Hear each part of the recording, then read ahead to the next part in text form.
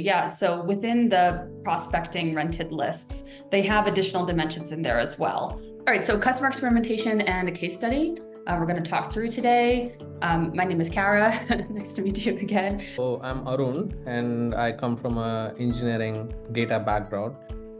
Okay, so customer analysis and experimentation. So the goal here is to really help brands maximize the value of their first-party data. So the solution is to think about a retention business through a two-pronged solution, right? So that's being able to run customer analysis and also being able to run customer experimentation. So we'll start on the analysis side. Here's we're tracking and evaluating the crucial KPIs that are important to understanding customer behavior over time, right? And then on the customer experimentation side, much of that customer analysis that you're diving into then will become a customer experiment. So the first step is customer segmentation.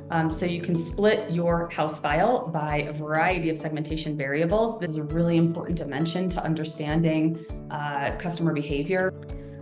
So again, on customer analysis segmentation, what that workflow looks like, you'd have a customer ID, you'd have an email, you'd have a phone number, and then you would partition the data by whatever dimensions you wish to report on. So in this example here, we are partitioning it by recency, frequency, monetary, and whether or not they're opted in. And so you get these individual micro segments. The way to make it actionable is to run a benchmark analysis on it or a comparison study on it so that you can understand what's the difference between my RFM right now versus last quarter. How are people moving among my file and where can I find opportunities to experiment? So now let's talk a little bit about customer experimentation. So now that we know that we want to run a test, we're going to grab some of those segments and we're going to split them up into test and control groups. So you kind of simulate what you think will happen when you run the test.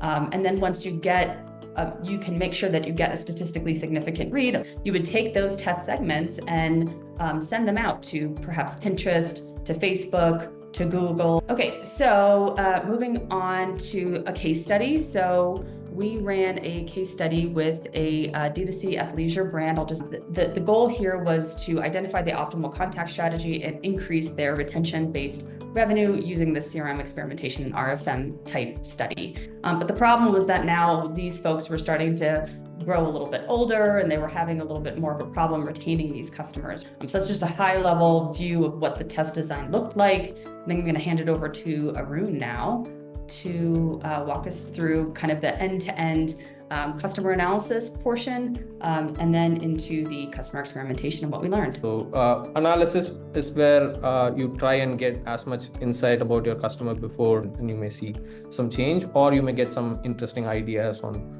what to experiment and what kind of thesis that you have. You can cut your customers by RFM. You can look at what your total house file looks like, who are your most high value customers, and how much of your revenue is coming from new customers versus returning customers. And this is the portion that Cara talked about. So the brand had 300K customers, and this is how their recency looked like. So we took this, and the takeaway from this was that there is definitely opportunity in the lab segment. We proposed a test where we'll take 15% sample of the entire audience, and then we'll put half of that in conversion optimized, and then another half with reach frequency, and then we had a hold up, right? So and this is how the results looked like.